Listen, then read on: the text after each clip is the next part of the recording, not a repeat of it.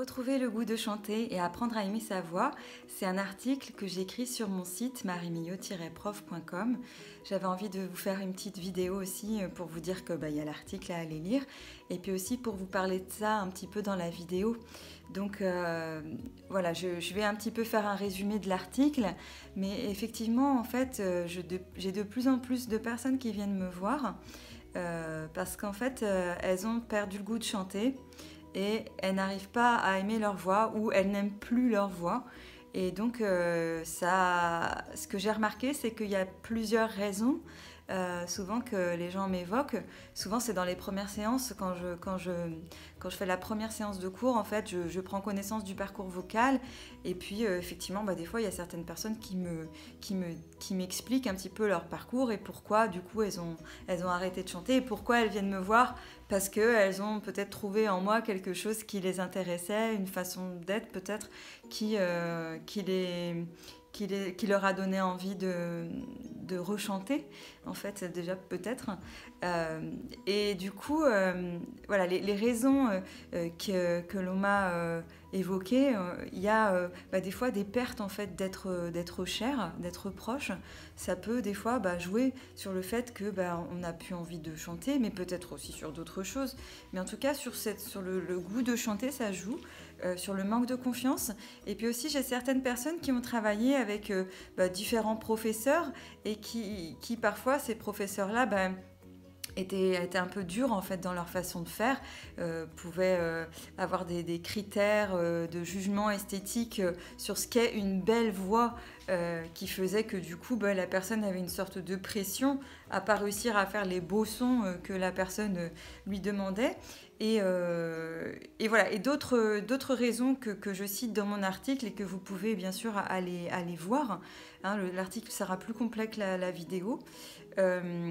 Et donc, c'est vrai que quand on chante et qu'on apprend à chanter, en tout cas dans mes cours, et puis dans les cours aussi des différents profs qui sont certifiés TCM, technique du chanteur moderne, on enlève complètement cette notion de beau. En fait, ce qui est important, c'est est-ce que la voix fonctionne correctement? Est-ce que c'est équilibré dans la voix? Est-ce que la personne arrive à faire des choses qu'elle le souhaite dans différents styles musicaux?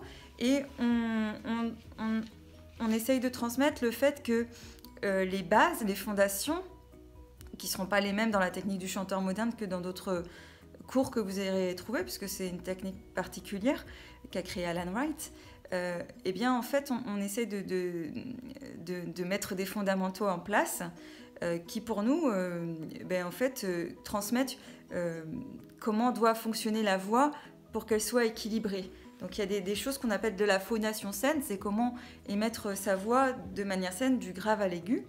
Et voilà, bon, vous pourrez aller voir le site de chanteurmoderne.com, le site officiel de la technique du chanteur moderne, pour en savoir plus sur cette approche. Mais il y a une séparation, enfin une différenciation entre ce qui est technique vocale purement fonctionnelle de la voix, pour que la voix soit émise correctement et pas se faire mal et pouvoir aller dans les aigus, dans les graves, mais sans critère de style musical.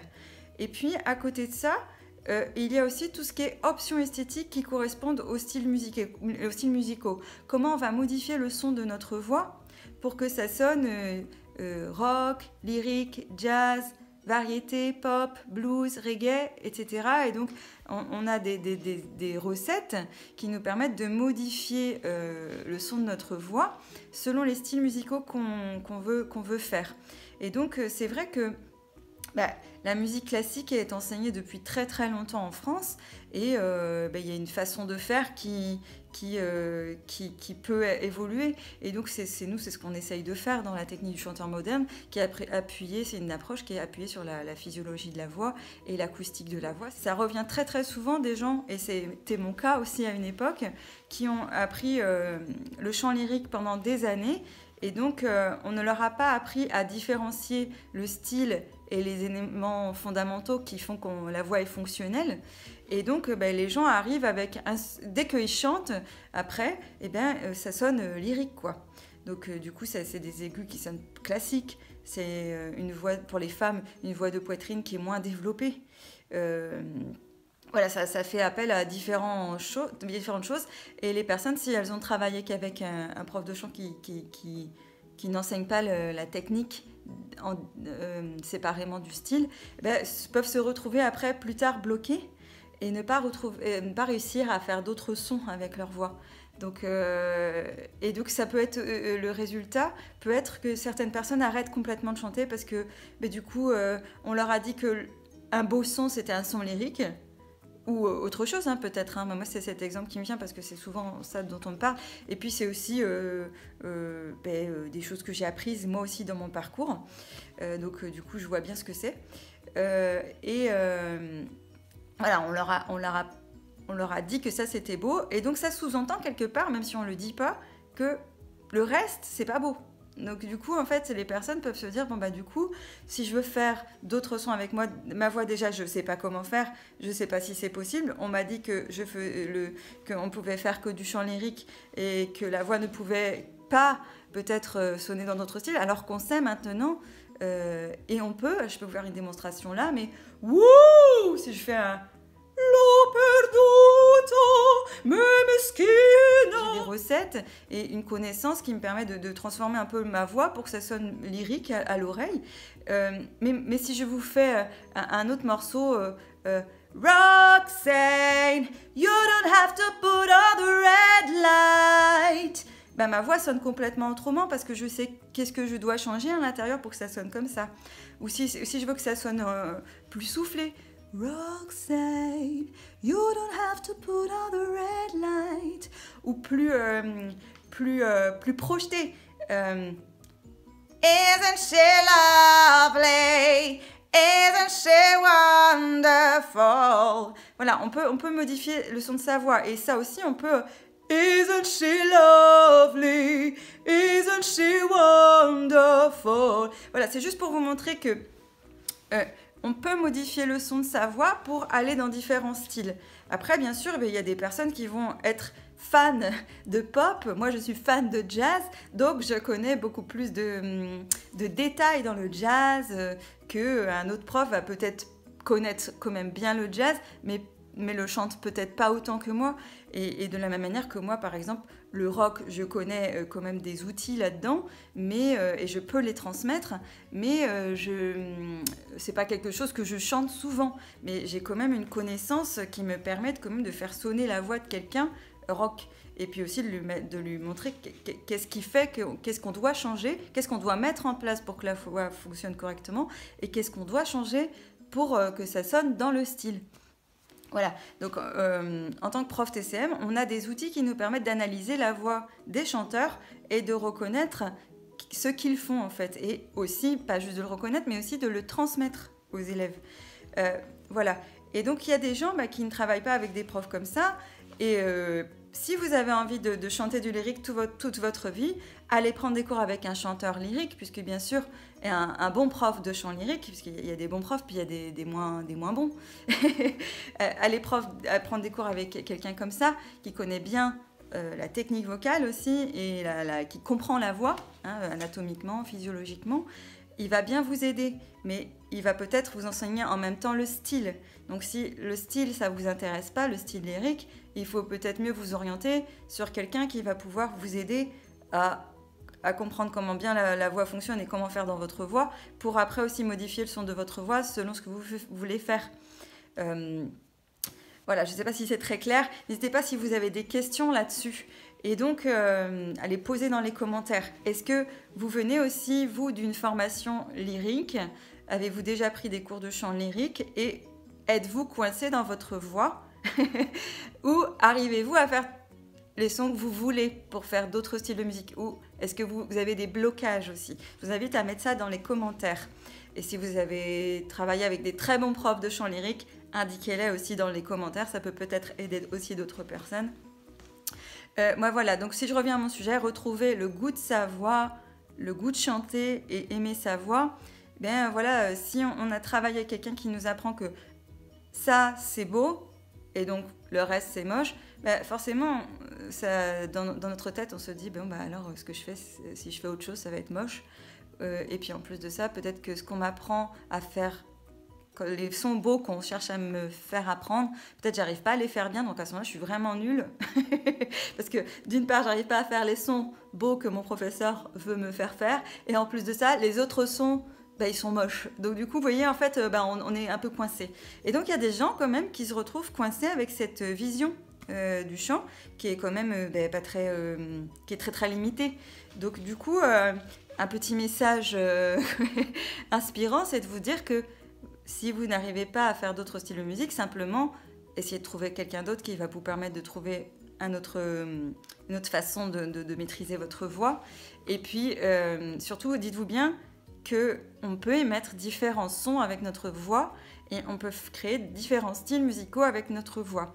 Après, bien sûr, pour devenir un spécialiste et être super bon dans un style, bien après, il faut comprendre encore plus les codes du style, quoi. Donc voilà, à quel moment il faut mettre un vibrato, à quel moment il faut projeter la voix, le phrasé, les accents.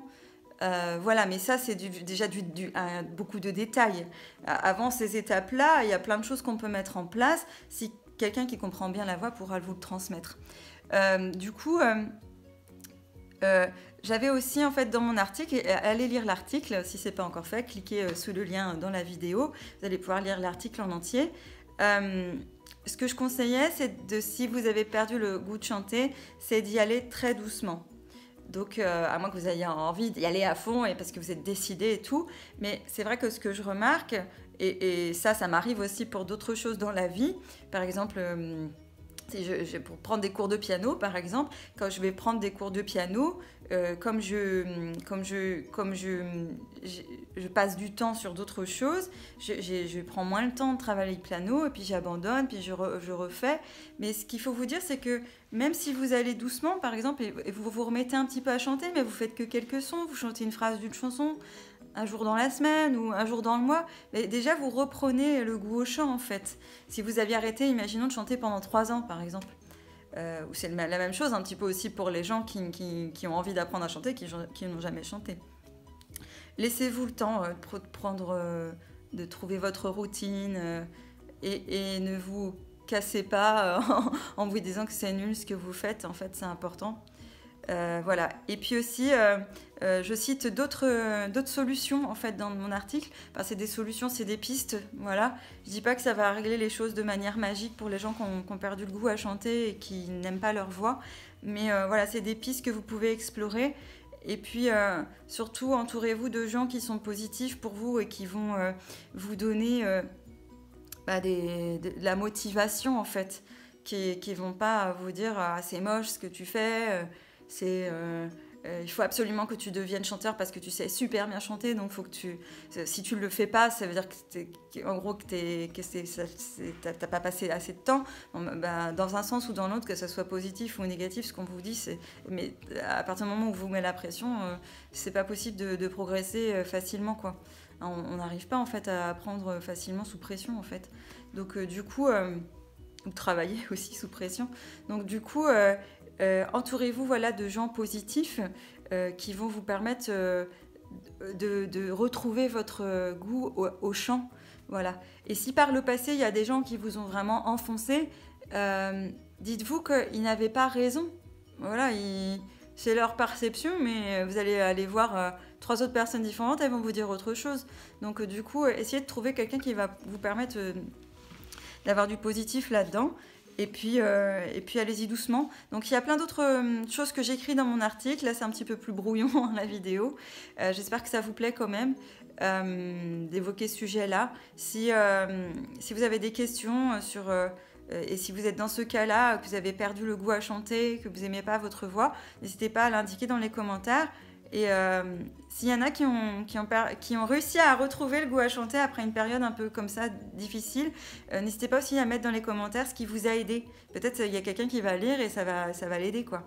Donc voilà, écoutez, je vais vous laisser lire l'article qui est un petit peu long, mais du coup ça va peut-être vous intéresser.